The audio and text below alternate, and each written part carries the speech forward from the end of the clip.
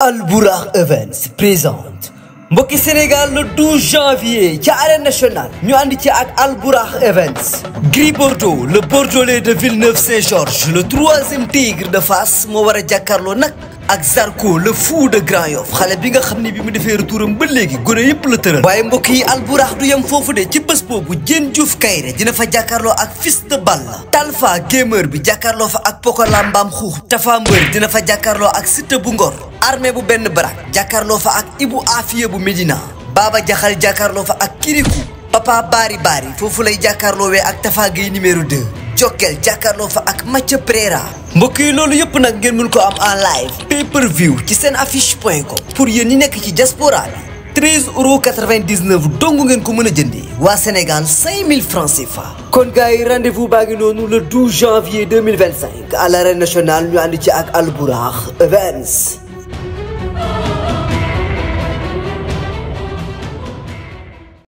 jërëjëf mbokk yi ñu ngi leen di nuyu bu baax a baax di leen siyaar fu waaye nekk rek si réew mi ak si bitim réew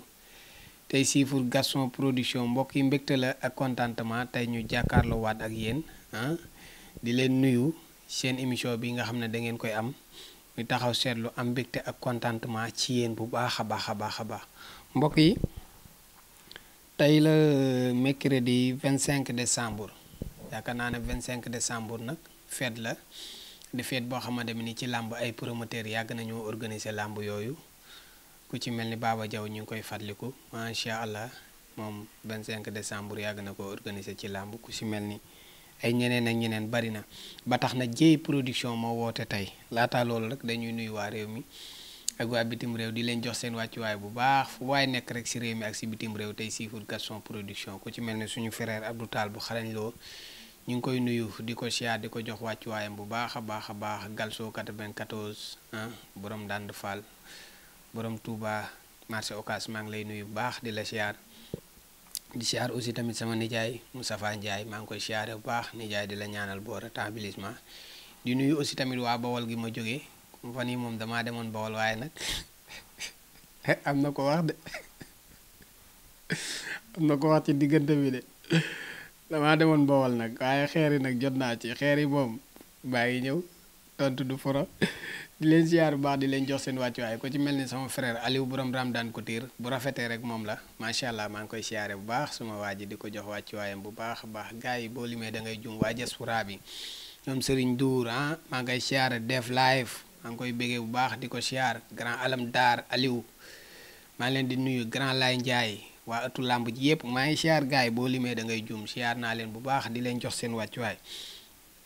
am mbégte ak contentement ci moom di féliciter Alaaji Moustapha Kandji macha allah ci pal gu bees ki nga xamante bi nii moom lañ koy pal macha allah nga xamante bi nii conseil la biir CNG de lutte loolu nag macha allahu rabbi rafet na te lu ma doon sàkku la parce que am na xel mi am na njub gi am na maandu gi am na dal bi am na charisme bi am na adab bi kon nag Alaaji Moustapha Kandji félicitation yéene naa la ko lool sama waa ji te yaakaar naa ne nag loolu amul benn koppar boo xamante bi nii da koy dolli ci yow wala soit sax day wàññi say koppar wala nga jël say koppar di ko ca def parce que yow yàgg ngaa jàppale làmb kon yaakaar naa ne loolu borom xel yu rafet yi nañ leen di jël di leen teg ci bureau yi wala ñu leen di teg ci conseil président yi wala nangam yi pour ñu leen di jàppale parce que yaakaar naa ne képp ku baax koo gis nag borom xel mu rafet rek moo nekk ci ginnaawam mbokk yi loolu la leen nuyoo am mbégte ak contentement Tafatine bu Kër Ndiaye Lo suma frère maa ngi koy nuyu baax di ko siyaar di ko jox wàccuwaayam di ko encourager ci armée 2 mais di ko féliciter ci Mor Kankang di nuyu aussi tamit fa ma jógee muy waa Bawal maa ngi leen di nuyu bu baax damaa demoon siyaare ji waat mbokk yi sama waa dëkk waa Njeng maa ngi leen di bégee waa Lambaay Bawal aussi tamit waa Njuufeen waa kër Abdou Thialène yépp maa ngi leen di nuyu waa Mbadiane kàdd Mbuso Sanc Mbuso Ndiir ba dëkk promoteur bi waa Mexe ak waa Nci Juuf gars yi tey incha allahu rabbi Dieye production moo woote fee ca arène nationale bu Pikine ci diggante Bulldozer ak ki nga xamante bi nii mooy Giro Seras mu nekk combat bu neex combat boo xamante bi nii amateurs yi ñu ngi koy xaar tey jii la incha allahu rabbi di mercredi 25 décembre macha allahu rabbi fële ci arène nationale waaye aussi tamit Dame Junior benn bi ngeen xam dina fa jàkkaarloo ak Yille Baaba waaye doomu jàmm gën dina fa jàkkaarloo ak xale bi nga xam ne mooy jinne bu ndaw waaye aussi tamit Tafa Maada ba ma juumul dina fa jàkkaarloo ak Tafa Maada ak Boy Paul bu jàmm gën si Kamba Boy Paul waaw wala bu yëmbal mbokk yi bari na ay combat yu ciy am Alice mooy bëre premier combat bi digganteem ak Mbës 2 bari na ay combat yoo xamante bi nii macha allah dinañ ca xew loolu Dieye production la ñu ànd ci ak moom ak coordinateur bi Abdoulahat Ndiaye tey jii la incha allahu rabbi waaye bu ñu jógee ci loolu mercredi 25 Ousseyn production tamit mi ngi jëm le 28 décembre macha allahu rabbi di ci woo amateur yëpp ci diggante Dugar Pël bu ma juumul ak xale bi nga xamante bi nii mooy Ouz Garga bébé Garga bu dóor dóoraat ak Dugar Pël bu école de lutte Balla Gaye mu nekk combat bu neex aussi tamit bu ma juumul matu am na ci drapeau waaw parce que Ouzin daana tuddee matu drapeau bu ma juumul 2e édition wala soit 3e édition matu suñu jigéen suñu xarit wax dëgg yàlla yow aussi tamit ñi ngi lay ñaanal waaw nga yegg seeg jàmm xam nga suñu boroom defar ko bu baax a baax waaye aussi tamit le 29 décembre gars yi bu leen jaawale ki tëgg day promoteur bu am compréhension muy Ibulaay parce que xam na ne ay journée am dama ci daan sonn dama ci daan daj lu ne waaye yàlla dafa dogal man lii ma yor sax muy le 1er janvier mënuma ci dara moo tax mu comprendre ma benn mbër laa ko jëlal muy sos numéro 2 mais Ibulaay ñu ngi koy ñaanal réussite totale parce que tëgg na Fëgala bu Ngor ak Aline Sey Junior mooy le 29 décembre dimanche 29 décembre Fëgala bu Ngor Aline Sey Junior Alliance Biram ak Mama Lamine 2 combat yu neex nag la tëgg xale ba borom GM ba caatu Puyol bi ak Zos 2 mu tëgg ay combat yu neex jonaa bi ak xale ba doomu kii Souleymane Diaw bi fii de caatu Souleymane Diaw macha allah Ibulaay tëgg combat yu neex kon gars yi maa ngi leen di jox rendez-vous le 29 décembre le 29 décembre nag bu ñu ca jógee incha allah le 1er janvier nag mooy daj dëpp gi Gaston production ñoo ñëw caatu Daouda Fall ama neex drapeau suñu papa buur géwél bu njool waaye aussi tamit général Malick ak Forza drapeau suñu yaay ajaratu Ndiku Cuun am na ci classe bi poule A ak poule B am na ay combat préliminaire aussi tamit macha allah rabbi loolu Gaston production la le 1er janvier bu ñu jógee le 1er janvier le 4 janvier bu ma juumul am na le 4 janvier daa mel ne maas moo ñëw Jolof Events si dëgg loo Karim ak xale bi nga xamante bi nii moo dox ci digganteem ak Vito bu bës ko saw wala bu jàmm gën si Kambaaw macha allahu rabbi combat bu neex la bu ma jumu tàkkusaan googu tamit suñu maman national di pël bu rafet am na ci drapeau macha allah ñu la ciy félicité bu baax parce que yàgg nañ la tuddee drapeau maman national kon tàkkusaan gaa ngi noonu la 4 janvier sa bis la bu ma juumul la 5 janvier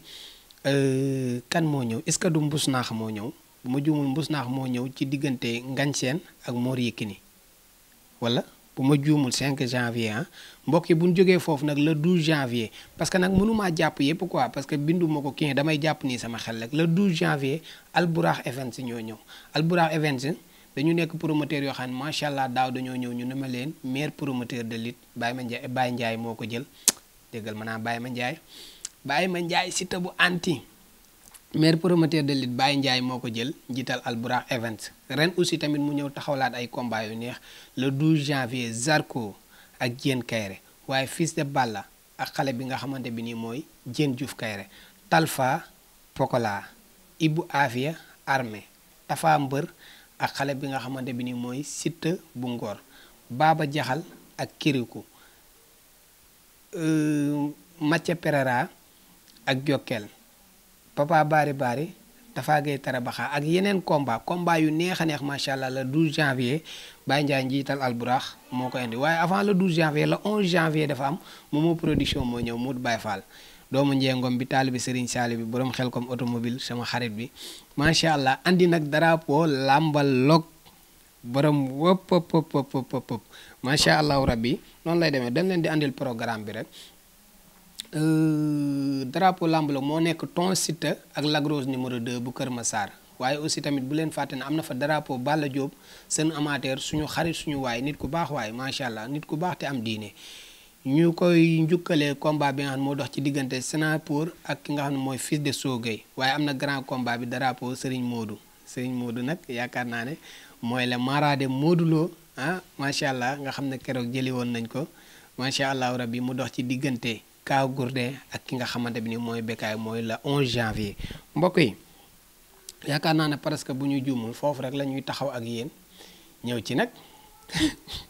waxu promoteur bi nag mooy Fallou Ndiaye wax dëgg yàlla di suñu frère nag di suñu frère di suñu mbokk bawal di suñu mag waaw wax dëgg yàlla di suñu mag nag ci liggéey bi macha allah mu nekk nit ku baax nekk nit koo xamante bi nii bi mu ñëwee wax dëgg yàlla laa la wax jom ak fulla ak fayda moo ko indi fii mu nekk ba mu tàmbalee ca terrain banque ba wala terrain Magadaan di ràññe ba yegg si fii yaakaar naa ne ba muy ñëw am na ñu mu doon àndal di liggéey macha allah loolu lépp fi la ñu fekk ñu liggéey bu am solo aussi tamit ba gis nga ko tey ni mu continuer dem ak boppam ba yegg si fii bala ñoo ñëw ci ay waxam rek dañuy wax li nga xamante bi nii xam nañ ko ci ñoom mu nekk promoteur boo xamante bi nii suñu papa Père Gaston moo fi doon tëgg kalaaf ak Guèye production ak Ligue Nicolas ñeneen ak ñeneen mais moom bi mu ñëwee dafa def innovation boo xamante bi nii TFP la def TFP boobu macha allah la ma ci defoon ci ay millions bari na te lem ci doon xaar comme retour amu ko waaye am na ci satisfaction ndax moo ko may lii mu am mu organiser combat yu nekk nag combat yi fees macha allah waaye nag suñu borom day dogal man tey comme li may wax man moom bàyyi naa xuloo moom wax naa leen ko yàgg naa leen ko wax gëmu leen ma geño gi yolomal naa ko parce que instant yi nag tey am ñoo xamante ni ci biir coowal ci la ñuy bëgg a profité bëgg laa dóor ci biir nit ñi non bàyyi naa yooyu Fallou suma grand la suma mag la suma xarit la am na droit sax yëkkati yar jàpp ma dóor ma ba may bëgg a dee mu tege ma nee man bawol laa moom mi ngeeg oto man maa ngeeg moto tey bu ñu doon dem dëkk ba damay bàyyi sama moto ne ko yóbbaale ma ba njujuf bu ma yóbboo ba njujuf man na maa dox dem jeng wala ma jël sareetu mbaam dem jeng kon kooku lu ma wax ci man lu nekk baax na waaye nag dinaa ci andi ay leeral bu baax a baax dégg naa aussi tamit sama tooma Modou Mbaye ñi mu apprécier bi Fallou waxee mais yooyu yëpp anyway garaawul parce que Modou moom comme li may wax moom tamit lu ko neex ci man nice moom mooy tooma bi moom lu mu sañ ci man rek waaw na xam ne sañ na lu ko raw moom nice quoi amul problème beneen bi ci topp mooy que Fallou comme li ma wax ci Diop 2 ak yooyu li ma wax ci Diop 2 tey laa ko gën a mën a wax Fallou tey jii laa ko gën a mën a wax man damay assumer sama ay responsabilité gis nga mbër code de popularité boo ko amee mbooloo di la topp man dama lay yërëm mbër bi amul code de popularité sax dama lay yërëm parce que bëgg naa kenn ku nekk am dëkkuwaay parce que suñu yaay yi dañoo sonn man de ndakaaru maa ngi wut amaguma waaye fee ma dëkk ne ku ma fa fekk dëkk bi gën a màgg ba ca kanam di nga xam ne man am naa fu ma dëkk macha allahu rabbi parce que tamit suñu yaay wax dëgg yàlla dañoo sonn lool nit ku nekk lii sa rêve mooy nga wut kër dugal fa sa yaay maanaam nag du farata du force kenn ku nekk da nga koo war a am waaye aussi tamit kenn ku nekk am na droit comme ni ngay waxee taxaw seetlu wax lu baax ci mbër wala wax lu baax ci nit dafa ëpp valeur ka wax lu bon wala wax lu négatif wax lu bon amul prix mais wax lu baax prix la boo xamante bi nii foo ko takk passé na ko fa Diop numéro 2 code de popularité bi muy dégagé encore une fois maa ngi la koy waxaat Diop 2 bul nelaw sama kàddu tey dama koy continuer di ko répéter bul nelaw mooy que après làmb dafa am après làmb nag li tax may wax loolu mooy que Tyson bàyyi na làmb mi ngi ci après làmb Yékini bàyyi na làmb mi ngi ci après làmb keneen ak keneen bàyyi na làmb ñi ngi ci après làmb mooy combat bi mais biir làmb nii du combat ba ci Mor Kankang wax naa la loolu Colobane gee nga dëkk sax bu la neexee am nga 1000 chance pour am fa terrain ci biir loolu nag li leen promoteurs yi di fay dee leen xool fi ngeen koy dugal as tuuti li leen seen gars yi jàppale ngeen koy dawee ay misig ak nangam parce que làmb day jeex sport bi sport bu gàtt la te làmb mooy bis boo xamante bi nii affaire u jinne la làmb affaire de jinne la day ñëw di baax benn saison bi mën ngaa tegle 2 ans 3 ans lépp yow la ñuy coow journaliste yi yow la ñuy wax promoteurs yi yow la ñuy wax ñeneen ak ñeneen ñi yow la ñuy wax ci biir loolu nag duñ la profité parce que nit du yàkkamti carrière am parce que wa ma min daabatin fil ardi illa alallahi risquha loolu la suñu boroom wax ñenn ñi ne risqu ma indallahi kon nag foofu ngay jéem a profité as tuuti ngay wut li ngay am nga am foo koy teg ngay wut li ngay am foo koy teg bala ngaa dem 4 ans 5 ans ci kanam nga am loo am lii mooy wax ci Diop 2 la ma waxoon laay gën a mën a wax parce que am na ay champion yu nekk biir yëmbal bi ñuy départ boobu mbooloo am yombutoon te dañ doon andi mbooloo te boobu ay millions yombutoon te booba kër yomboon na te dañ doon am ay millions te tey essence yi mi ngi nii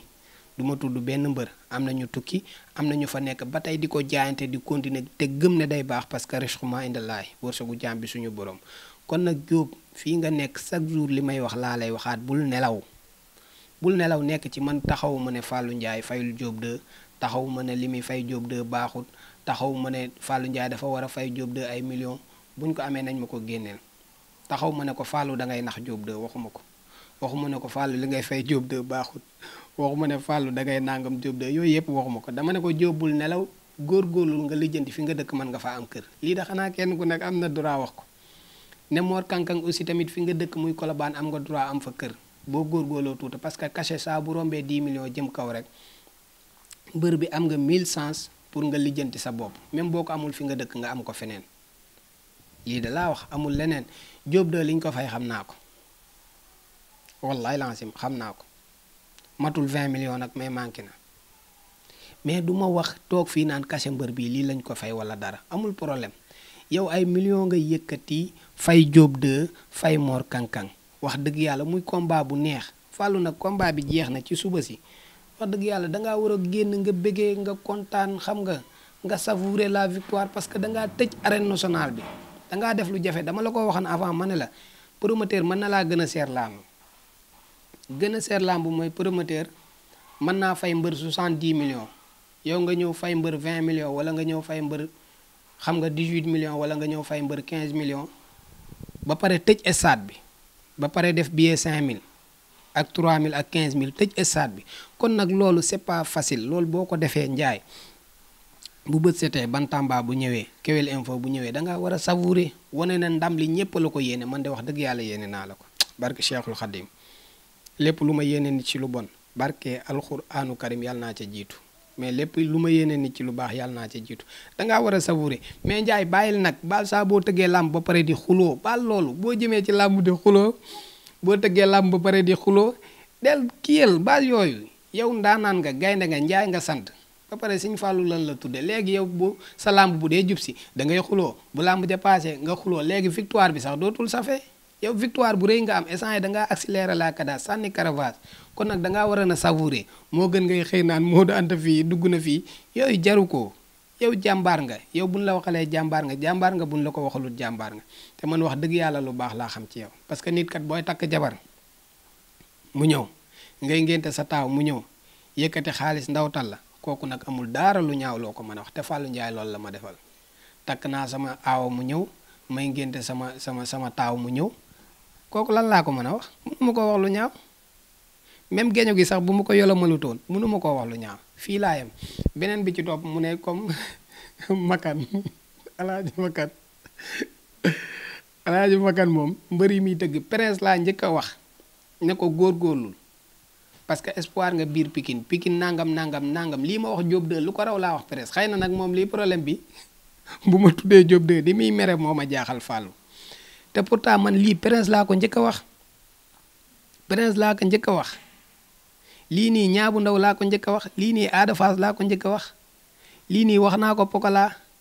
ba ma demee fële ne Pikine yaayam damaa woo ba ñëw mu ne ma dégg naa li nga wax sama doom ji jërëjëf lii nii wax naa ko Talfa yàggut xaw ma xalem bi booyam bi maa ngi gisoon mu dagg ko dugal ko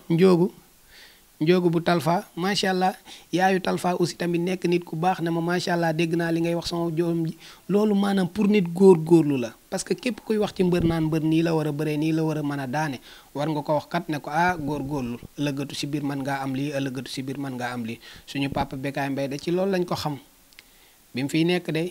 ànd ak père Gaston Mbengue di liggéey des fois père da daa tëgg combat ba dëgër lool mu woo père Gaston ne ko wool diw père Gaston woo ko ne ko wool diw làmb ja dëgër na de père Bécaye Mbaye dem décanté situation boobu ba pare naa leen booy góorgóorlu leen da ngeen a war a dimbali seen yaay da ngeen a war a am kër ëllëg da ngeen a war a am oto ëllëg da ngeen a war a am compte banque ëllëg man de loolu laa gis donte Modou Mbaye mooy sama référence di sama royukaay waaye li père Bécaye daan wax de ci loolu laa nekk waaye man du ma ñaanal mbër du ma wutal gàllaaj mbër du ma sotti gàllaaj mbër yooyu yëpp du ma ko def sama turandoo bi nga xam moom la ma ñëpp pardonné ci làmb muy Modou Anta sax du ma dem di ko wutali ay gàllaaj wala ñëw di ko xëpp wala may ñëw bàyyi sama micro bee ñëw di ko xëpp bu boobaa damay wàcc sama garaat fi ma war a yem maa ngi fi yem maa ngi sant yàlla bu baax mais Ndiaye leen daal laa la wax boo tëggatee làmb ba mu neex dëbb stade ba mu mokk comme nee na stade bi ci yow lay muslu bu ba setee dangaa war a savourer xam nga feete sa ndam waaye xëy mu daan moom dégg naa la ma wax yooyu jaru ko te pourtant Njaay gars yi ma wax leen benn affaire pourtant Fallou mi ngi nekk nii di wax te pourtant moom Diop 2 mi mu nekk nii di wax man maa ko boole ak Diop 2 wallahi la azim moor bu parcelle mat na ma seede Matar Njaay mat na ma seede lii may wax yàlla rek a ma tiim Sëwru Fall mat na ma seede wallahi la azim xam nga tey am na yoo xamante bi nii daanaka boo koy wax sax gars yi duñ la gëm mais man fu ma toog fu nekk maa ngeeg jàpp nii ma toogee barke alxuraan maa ngeeg jàpp te nii nga ma gisee nii maa ngi alxuraan nii alif lam mim maa ngeeg alxuraan nii suratu al imran wallahi la azim Siteu 2 moo ma boole ak ki nga xamante bi ni mooy kii mooy nu mu tuddati Diop 2 ne ma wutal ko combat parce que daa am beneen promoteur bu mu doon bëreel du ma tudd di sous-estimer quoi léegi damaa bëgg mu bëre ci journée yu mag yi ma fexe ba Diop 2 ak Siteu bu anti ma boole leen woo Fallou Ndiaye ne ko am na benn booy bu ma lay jox muy Diop numéro 2 tëgg ko boo ko tëggee di nga ko tëggaat mu ne ma moo daan da Diop 2 moom xaw ma ko moom Diop 2 moom xaw ma kan mooy Diop 2 ma ne ko noo tëgg ko boo ko tëggee di nga ko tëggaat parce que journée yi mu doon bëree dina mobiliser mais journée yooyu mënu koo yóbbu fenn fi quoi mu ne ma kan moo ko yor ma ne ko Diop 2 Matar Ndiaye moo ko yor booba Diop 2 Matar yoru ko woon kee moo ko njëkk a yor ndooy moo ko njëkk a yor ndooy moo ko njëkk a yor lu may wax day am seede ndooy mën na maa seede ndooy moo njëkk a yor Diop 2 ma ne ko Diop 2 essant yi Matar Ndiaye mooy ménagère am Siteu bu anti Sëwru Fall mooy ménagère am taxawal leen 2 octobre ñaari mbër yi bëggante nañ combat ba taxaw 2 octobre ba mu paasee mooy jeex jàmm ak Ibou Afia sama turandoo bëri woon na ci Modou Anta bi combat bi paasee ma ne ko waa Fallou sama boy bi noo ko gisee Diop 2 mu ne ma Modou kay kii yaa ma ko jox waaye mënatoo cee jot nii la affaire bi ñëwee kon nag léegi kooku bu ñu demee bu may wax ci moom ngay mer nag Fallou yow sama waaye nga man bu ma la yéene wutoon du ma la boole ak Diop 2 man bari na mbër yoo xamante bi nii ñi ngi bëree ci làmb ay Bekaay ay Ibou Afia ay Kaw Gourdin ay Yankaw ay Caatu Daawda Fall ay kan bari na boo limee sax da ngay juum seen ay combat yu bëri bu ñu amee 10 combat nañ jàpp ne 5 yi maa ko taxawal te mën nañ koo bañ a yëg nag te duma leen feeñu man mbër mën na maa taxawal sa làmb ñëw stade parce que man mbër yu bëri dañ may envoyé vocal dimbali ma am combat te wutuma ci 100 francs dama lay taxawalal combat bi wala ma boole la ak promoteur wala ma boole la ak ménagère diw ak diw ñu taxawal ko ma pare ci lii kese la Diop 2 nii la ñëwee ci yow Diop 2 Fallou yaa ngi ko njëkk a tëgg 2 octobre 2022 li coow liy bari bari te Diop 2 mi ngi dugg ci làmb 2 février 2020 combat am ak Cheikh bu Waalo tëggoo ko combat am ak Sa Thiès 2 tëggoo ko combat am ak Sores 2 tëggoo ko combat am ak Farou Diar tëggoo ko combat am ak Kélémanso tëggoo ko combat am ak Building tëggoo ko 6 combat Diop 2 mi ngi noonu tëggoo ci benn Fallou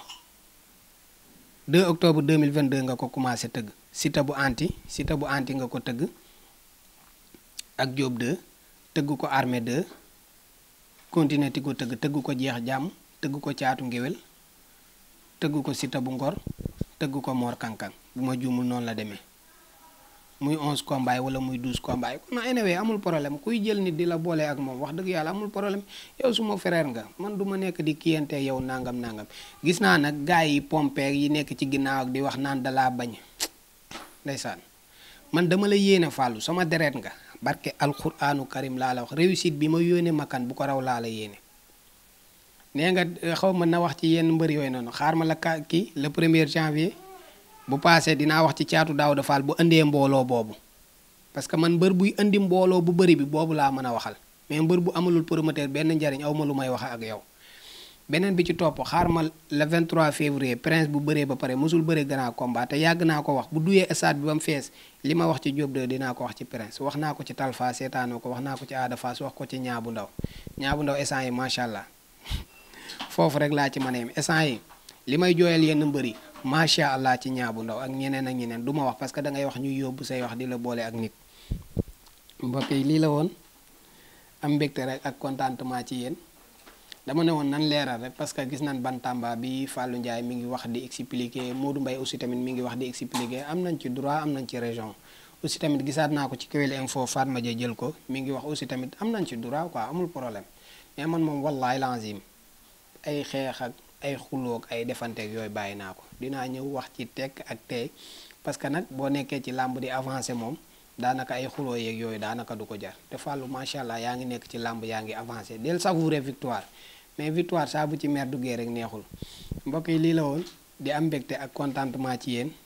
yaakaar naa ne lii la woon rek di nuyu waa diaspora bi yépp di nuyu mboolem ñu nekk ci réew mi ak bitim réew tey suivre Gaston Production di nuyu sama xarit ba Sëñ Jamil macha allah maa ngi koy siyaare bu baax a baax borom Touba ak li ko wër di mara bu baax waaye ba am diine te am taw feex am lislaam mën a ñaan lool Baye Jamil maa ngi lay siyaare bu baax a baax Sëñ Abdoulaat di la jox sa wàccuwaay bu baax a baax Abdoul Jamil mbokk yi di leen jox di daje ba beneen yoon ci Gaston Production jërëjëf.